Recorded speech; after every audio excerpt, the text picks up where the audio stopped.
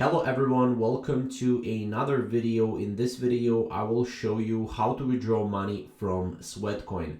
Now, this is a new working method. There are two different methods how you would be able to withdraw the money from your Sweatcoin to your Cash App or to your bank account. Now, there are multiple different ways how you can cash out the Sweatcoin. So let me show you a couple of them. So, as you can see, first one is converting Sweatcoin to PayPal Cash and then transferring it over to Cash App. That is one way how you can withdraw money from Sweatcoin to PayPal or Cash App. So again, if you want to withdraw to PayPal, all you have to do is open the Sweatcoin app, go to the shop section, tap on the PayPal offer, enter the amount of Sweatcoin you want to convert to PayPal Cash, and just tap buy.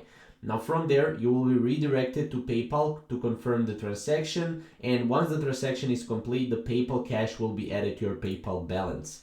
Now this is how to add on PayPal. If you want to go from PayPal to Cash App, open the Cash App and tap Cash in tab, and then tap on PayPal and enter the amount of PayPal Cash you want to transfer to your Cash App.